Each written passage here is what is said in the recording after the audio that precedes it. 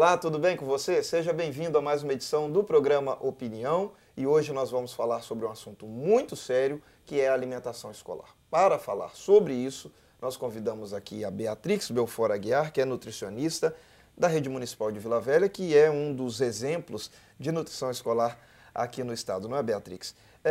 Em primeiro lugar, como é que deve ser a alimentação escolar, em regra geral? Como é que ela é? Em regra geral, ela deve conter todos os alimentos que são comuns a todas as pessoas, né? A única diferença da alimentação escolar para a alimentação normal, né, do resto do dia é que ela é para uma faixa etária, né, que está em desenvolvimento, né, permanente, porque vai do 0 até os 14 anos, e agora incluindo o ensino médio, então vai até os 17, que é uma fase de crescimento e desenvolvimento muito rápidos, né, e muito intensos. Então, assim, tem que conter todos os grupos de alimentos, porque todos os alimentos arrumados, né, de uma maneira equilibrada é que vão fornecer todos os nutrientes que a gente precisa. Na realidade, segue as mesmas regras práticas que todo nutricionista fala para qualquer pessoa. Prato colorido, né, alimentos in natura, não, restringindo o máximo possível os industrializados, sem refrigerantes, né, tem algumas coisas que são proibidas hoje por lei, então refrigerantes, bebidas de baixo valor calórico, a questão da gordura e do sal também são controlados, gordura, sal e açúcar são controlados, né, porque a gente sabe que nessa faixa etária, né, os indivíduos têm a tendência, né, a comer muito mais industrializados fora da escola. Então, a escola hoje, na realidade, é um ambiente que deve ser protetor e promotor da alimentação saudável, né? Então, a alimentação saudável virou mais um item a ser aprendido na escola, né? Mais um ensinamento da escola. Interfere alguma coisa, faixa etária, as diferentes faixas etárias, porque são de bebês até adolescentes, né? Quase adultos. Como é trabalhar isso, Beatrix? Olha, de um modo geral, assim, até os 5 anos, né, os alunos estão num tipo de unidade escola, educacional, né? Dos 6 aos 14 anos, em outro tipo. Então, assim, essa divisão dá para a gente fazer, né? Porque, assim, a composição do prato pode ser o mesmo, né? Mas as crianças vão comer menos do que os adolescentes. Então não muda a composição, A composição basicamente não. Quando é uma unidade que atende crianças muito pequenas, a gente transforma a preparação numa coisa mais pastosa, mais macia, né? Para uma criança pequena que ainda está mastigando, né? Aquela coisa que brinca muito na mesa. Mas é aquela coisa mais pastosinha, mais fácil de ser, né, ingerida. Né? E como essa preocupação importante com a alimentação escolar, ela é mais recente, com os nutrientes corretos e tal. Como é que as crianças e os adolescentes se comportam diante dessa alimentação mais saudável, eu diria? Olha, como qualquer criança e adolescente, né, uma luta para fazer. Não se acostumaram ainda? Assim, eles têm as preferências. Então, eles comem coisas saudáveis, sim, né? Mas a alimentação, de um modo geral, com essas mudanças, né, tão profundas que aconteceram nos modos, né, nos hábitos de vida das pessoas nos últimos 30, 40 anos, as crianças hoje crianças e adolescentes são reflexo disso também, né? Para eles tudo é muito rápido, comida gostosa, né? A comida industrializada, ela é feita, né, para esse tipo de pessoa. A gente veio numa modificação e a indústria, né, como sempre, percebeu um nicho de mercado. Né? Eu estava vendo esses dias, não me lembro aonde, exatamente isso, as crianças... né, essas crianças que estão nascendo agora dos anos 80 para cá, nasceram convivendo com o computador. Então, os adultos ainda se espantam com a facilidade que eles têm para se relacionar, né, com esses equipamentos e tal, mas na realidade esse é o mundo deles, que não é das pessoas que são mais velhas, né, que acompanharam o aparecimento dessas tecnologias. Para eles o mundo já é assim, o mundo já é rápido, o mundo é de tudo ao mesmo tempo e agora. E a comida já não, como não para comer, né, aquela coisa do almoço tradicional de família, também é um negócio complicado, porque não faz parte da vida deles. É um momento que os adultos querem que eles estejam ali. Se for prazeroso, aí depende das relações familiares e tal, eles vão curtir, mas nada garante que isso vai ser um hábito que vai se perpetuar, né, daqui para frente, como a gente já mudou tanta coisa de 100 anos para cá, que a gente nem imagina fazer mais para trás. Entendi. Né, ou para frente, né? Não imagina um hábito antigo ainda, né? A comida é que tem esse significado todo, né? De juntar as pessoas, da calma. Além daquele momento ser um momento de restauração física e biológica, é um momento que as pessoas se relacionam, conversam, nananã. Então, assim, em tese, para uma família que a gente ainda tem aquele pensamento mais tradicional de família de mãe, pai, filhinhos, avós e tios. Família tradicional típica, né? Isso também é uma coisa que está mudando. E as refeições refletem isso. Não dá para a gente querer que as crianças comam como a gente comia 30, 40 anos atrás. Porque as relações entre as pessoas também mudaram. Então as pessoas vão atrás do prazer, e a comida traz também. União, é aquele momento de descanso, de restauração, de prazer mesmo, né? De encher a barriguinha, aquela sensação maravilhosa, né? De estar comendo um negócio gostoso. Então, isso ainda motiva as pessoas, mas não mais, ou pelo menos não mais nesse mundo ocidental, corrido e tal, quando a gente pensa na Europa, em alguns países mais tradicionais, milenares, né? Nós já temos 500 anos, assim como os Estados Unidos. Então, a gente até pode encontrar essas tradições de uma maneira mais forte, mas aqui isso muda com muita facilidade. Então, é um trabalhão, né? Você falou em mudar resgatar isso. Você falou em mudar com facilidade.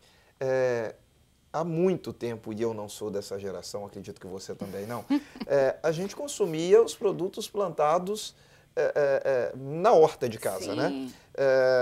Ou na horta próxima, exatamente, né? ao próximo. A gente ia lá no pé, colhia o fruto. Exatamente. Sim. Hoje, a gente começa a ver alguns exemplos, e isso se torna exemplo porque já é difícil, de produtos orgânicos nas escolas. Como é que é essa cultura? Ainda está bem no início essa volta de alimentação com produtos orgânicos, ou lá em Vila Velha ainda não é feito isso ainda? Porque está bem no início esse retorno, né? Esse retorno, né? A necessidade do resgate. E eu vou dizer, em termos de mudança, isso é até esse período de 20 a 30 anos, ele é rápido, né? Porque é uma mudança muito... As nossas mudanças, historicamente, são muito lentas. Levam milhares de anos. E agora a gente muda a cada 20, 30 anos, muda tudo. Principalmente hábitos alimentares, sim, né? Porque a alimentação é uma necessidade humana, né? Exatamente, né? E é produzida em larga escala porque, né, precisa alimentar a todos. Mas, enfim. O que acontece é que, para a gente chegar nesse nível de produção para alimentar quase 7 bilhões de pessoas, a industrialização também chegou no campo, né? Precisa aumentar a produtividade. E é o menor custo possível. Então, que ao longo dessa trajetória de aumento da produção, o caminho encontrado, e na época isso era muito moderno, era pulverizar as plantações com pesticidas para poder acabar com as pragas e a produção vingar. Né? E aí a gente foi vendo, acompanhando isso e vendo que isso era uma prática extremamente danosa à saúde. E esse estado, o Espírito Santo, é um grande produtor de alimentos, né? Principalmente vindos da agricultura familiar. Isso. E esses produtores são pequenos produtores que têm, talvez não tenham, eu não entendo muito desse setor da agricultura, mas o uso de agrotóxicos nas plantações aqui no estado, parece que o estado é um dos maiores consumidores de agrotóxicos do país. E o Brasil é o maior consumidor de agrotóxicos do mundo. É isso mesmo. Né? Então, a necessidade dessa mudança de volta, né, a uma produção mais artesanal, né, que preserve o meio ambiente e que produza alimentos menos perigosos. Com melhor qualidade. Sim. Né? E que não sejam realmente prejudiciais à saúde, porque a gente hoje sabe que tem que comer o verde, vermelho, amarelo, laranja, mas esse verde, vermelho, amarelo, laranja vem com outras substâncias que são as próprias do alimento, são fundamentais, e essas que vêm por fora, né, são extremamente prejudiciais. 30% tem que vir da agricultura familiar. Né? Então, essa agricultura familiar toma um vulto, né, que não posso dizer que ela é desvalorizada, porque na realidade é ela que alimenta o país inteiro. Exatamente. Né? Mas ela toma uma dimensão que antes não tinha. Que não tinha, né? Um reconhecimento da produção, da importância dessa produção que não tinha. Né? Então, estão sendo construídos vários instrumentos, políticas, né? Programas que fortaleçam o agricultor familiar, né, e que seja capaz de colocar realmente essa produção na mesa dos brasileiros como um direito e não como uma benesse de um governo ou outro, né, porque tem governos que trabalham isso, tem outros que esquecem. Então, agora tem que ser uma política permanente. Perfeito. Beatrix, eu vou pedir licença a você um minutinho só, porque o Opinião faz agora um rápido intervalo, mas você não sai daí não, a gente volta já já.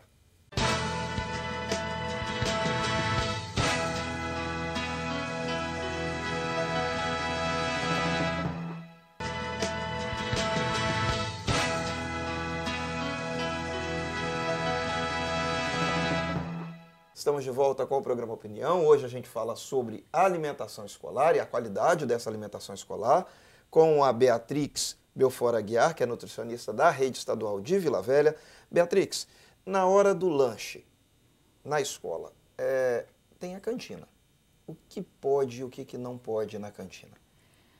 Olha só, não existe uma legislação fechada em relação a isso, um proibido ou não. A tendência é que as cantinas se adaptem a essa realidade nova, né? Que coloquem dentro da escola alimentos mais saudáveis, né? E principalmente nas escolas públicas, que não conflitem, né, com o programa, com a alimentação da escola, né? Porque as escolas particulares têm outras maneiras, né, de lidar com essa situação. Muitas delas, a maioria, talvez, não tenha não forneça uma alimentação durante o período de aula. Mas as escolas públicas todas têm que fornecer uma refeição durante o turno. Sim. Então, em Vila Velha, por exemplo, existe a política de não construir um espaço de cantina. Entendi. Né? Então, as escolas que ainda, né, porque não é proibido, né, as escolas que ainda vendem, né, guloseimas no intervalo, elas têm uma obrigação, né, aí não é uma orientação, não é uma recomendação, isso é obrigatório, para elas é proibido a colocação de balas, chicletes, refrigerantes, né? Então elas vendem um picolé, vendem um biscoito de polvilho, né? Alguns doces com amendoim, enfim, né? Alguma coisa que a gente possa minimizar, balancear é muito forte, né? Não dá para balancear esse tipo de coisa, mas minimizar o prejuízo, principalmente em relação ao fornecimento da refeição, que essa sim é equilibrada. Mesmo quando é um lanche na escola, que às vezes né, um mingau, por exemplo, nas unidades de educação infantil, às vezes pode ser um mingau num diazinho mais frio, né, e as crianças aceitam bem, os alunos. Mesmo assim, faz parte de um contexto, né, de alimentação durante o período. A criança tem que ter outras refeições, né, fora da escola. É importante dizer isso, né, Beatrix? Ali é uma das várias alimentações que a criança deve ter durante o dia, né? Sim. Porque por mais que seja uma refeição completa, é Só uma uma, só, né? né? Não vai de jeito nenhum conseguir né, cobrir as necessidades das crianças. Então, elas precisam, da mesma forma como nós, né, comer com intervalos regulares, várias vezes ao dia. Isso é que previne tanto, né, a gente pensa, né, em criança de escola pública, criança carente, né, apresenta desnutrição ou um quadro de baixo peso. Então, a gente pensa muito em crianças que não têm comida em casa. Né? Mas as crianças que têm comida em casa Como também é não... essa alimentação em casa, né? Exatamente, como é. Né? E aí a gente tem aumentando nessa faixa etária o excesso de peso, que também é uma preocupação. Então né? vamos falar de duas coisas, Beatrix. Hoje a gente tem uma preocupação desenfreada com a obesidade infantil. Ao passo que nós vivemos um país que, ao contrário de Cuba, por exemplo, em 2011 conseguiu zerar a desnutrição infantil. Quase. Então, quase Sim, que zerar, né? sim. Aí eu pergunto a você, como é o trabalho nas escolas em relação à obesidade e à desnutrição, perdão. São duas realidades diferentes num estado só, num município só, né? Como é trabalhar isso? São duas faces da mesma moeda, né? Porque, assim, dentro das diretrizes do programa, executando o programa nacional, né, que é um programa nacional de alimentação escolar, a gente atende tanto um quanto o outro. Né? Porque a alimentação na escola... Ela é balanceada, né? Exatamente. E ela tem um propósito muito importante, além de nutrir, além de alimentar, ela tem o propósito de educar. Né? Porque aquela criança que hoje é pobre, né, vive em situação de risco, não tem alimentos em quantidade suficiente, ela vai deixar de ser em algum momento da vida. Ela está na escola. O que a gente espera é que ela se desenvolva, né, aprenda e consiga melhorar a vida dela, né? Sobreviver a isso tudo e melhorar de vida. E a criança que talvez também em risco social, né? Enfim, uma criança que viva de uma maneira que não seja aquela que a gente espera, né? Que gostaria que fosse, mas que tem acesso a alimentos, ela não sabe escolher esses alimentos. Ela vai pelas preferências, pelo que a galera em volta come, né? O que é da moda, o que aparece na televisão. Então, essa criança precisa aprender tanto quanto a outra. O fato tanto uma quanto outra se alimentam mal. Exatamente. Né? Uma tem acesso demais não. Ela tem acesso a alimentos e faz escolhas erradas. A outra não tem, e quando tem, também faz as escolhas erradas. Né? Então, pelo excesso ou pela carência, a gente tem quadros que podem ser minimizados não pela refeição em si no horário da escola, né? É lógico que ela vai contribuir, né? Não deixa de contribuir, mas principalmente pelo papel de educação que a alimentação está assumindo, né? E tem que ser valorizado por toda a população, toda a comunidade escolar, né? Os alunos, os pais, professores, funcionários, né? Diretores, porque a alimentação saudável, um ambiente promotor de alimentação saudável, ele é bom para todo mundo. Porque crianças aprendem a comer com os adultos, e os adultos hoje também comem muito mal. Né? Então, uma coisa consequente da outra. Como é que é o trabalho das nutricionistas ou dos nutricionistas? A gente sempre tende a achar que é a nutricionista, só a mulher, né? Que verdade. nem professora, né? Verdade. Muita mulher. Como é que é o trabalho? São muitas escolas em Vila Velha. Como é que é a equipe? Como é que é a abordagem da equipe? Como é que é o trabalho no dia a dia nas escolas?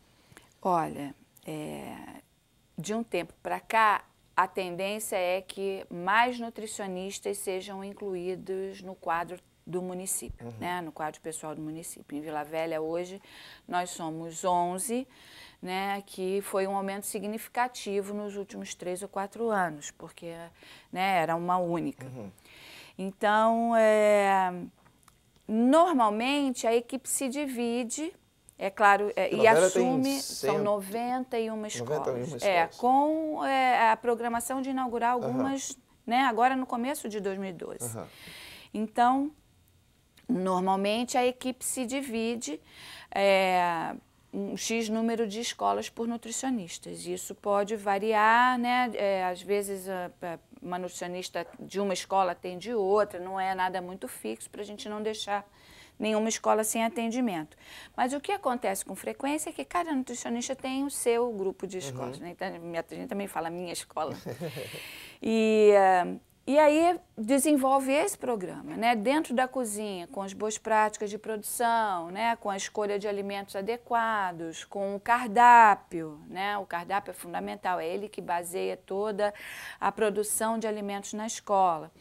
Então, a questão da legislação, porque a gente tem que balancear os cardápios, tem que ter todo aquele valor nutricional combinado, essa coisa o processo da compra da abertura, da compra da agricultura familiar, né? Isso também... Tem que estar atento a isso tudo, A né? princípio, né, o início do processo de compra é feito na nutrição, né?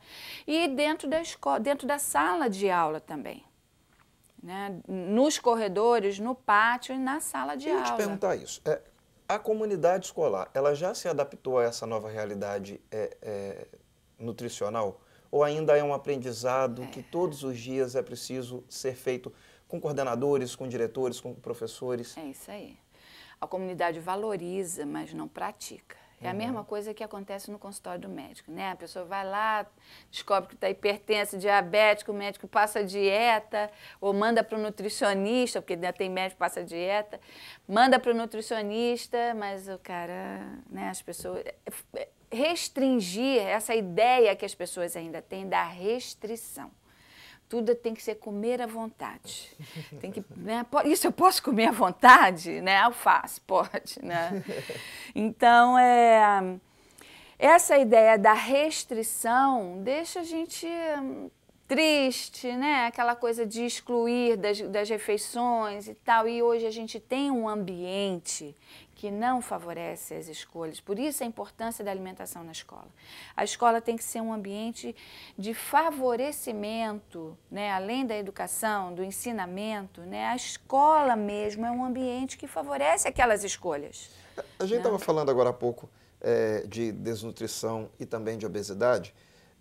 Pelo que você falou aí agora, significa que muitas das vezes a escola não é o único local onde se há alimentação, mas é o único lugar onde se tem alimentação correta. Ai, gente, que horror. Ou Pode não? ser, né? Pode ser. É uma triste realidade, talvez. Sim, sim, é verdade. E a escola pública, né? A privada não necessariamente. Então, é assim, né? Porque nessa coisa da correria, nem sempre tem a comida né, todos os dias, a mãe que trabalha fora, né, qual é a pessoa, nem todo mundo tem uma pessoa em casa para tratar dos afazeres domésticos e esse trabalho continua. Então, a mulher, quando chega em casa, é ela que vai preparar, de repente, a refeição do dia seguinte. Então, nessa correria, as pessoas vão pelo que é mais fácil, né, mais rápido, e aí apelam para os alimentos industrializados. E aí elas realmente cometem um engano, assim... eu sou meio dramática com essas coisas, desastroso, né? Porque essas facilidades trazem para dentro do organismo da gente outras substâncias que precisam existir nesses produtos, né? Que eu não acho possível chamar esses produtos de alimentos, né? Colocam substâncias porque tem que fazer eles serem atrativos e durarem na prateleira do supermercado. E de jeito nenhum se importam com o efeito disso dentro do organismo da gente. E se as pessoas escolhem comidas de pacote, elas vão somando esses efeitos, né, ao longo de 24 horas, no final da semana, de um mês, de um ano. E aí fica complicada a manutenção da saúde a longo prazo. Especificamente sobre obesidade infantil, Beatrix. É uma preocupação, como você já disse, nas escolas, mas qual é a faixa etária em que você tem um maior índice ou maior incidência de obesidade? Dá para medir isso? Olha só, dá. E em Vila Velha a gente está com os projetos já em andamento Algumas escolas, a gente, né, tem umas nutricionistas desenvolvendo o projeto piloto de avaliação nutricional. Isso é, basicamente, pesar e medir aluno e colocar dentro de uma comparação, né, com o que seria esperado para aquela faixa etária. Né? E daí produzir uma investigação da rede inteira, né, de todos os alunos da rede inteira. Então, a gente, de um modo geral, o que a gente observa em Vila Velha acompanha as estatísticas do resto do país. Né? Então, a obesidade, ou o aumento de peso, né? Porque a obesidade é um quadro caracterizado, né? De tanto um X percentual de peso, né? Acima do esperado. Então, o sobrepeso, né, na faixa etária dos 7 aos 10 anos é uma coisa já notada. Né? Aos 14 também a gente tem uma incidência maior de sobrepeso do que de baixo peso e a gente vai precisar chegar ainda o ano que vem para ter esses números, né, bem definidos. Mas acompanha a realidade. A gente já fez uma investigação dessa no passado, em crianças de 7 a 10 anos, né? Por isso eu citei a faixa etária, em que o excesso de peso era em torno de 11%, que era o que tinha, né? Há 5 ou 6 anos atrás, era o que a gente encontrava também nas referências de estudos do país. Perfeito. Beatrix, eu gostaria de agradecer a sua presença aqui no programa Opinião. Foi um prazer conversar com você e dizer a você que está aí nos acompanhando, o nosso muito obrigado. O programa Opinião de hoje vai ficando por aqui, mas eu aguardo você no nosso próximo encontro. Até lá. Tchau.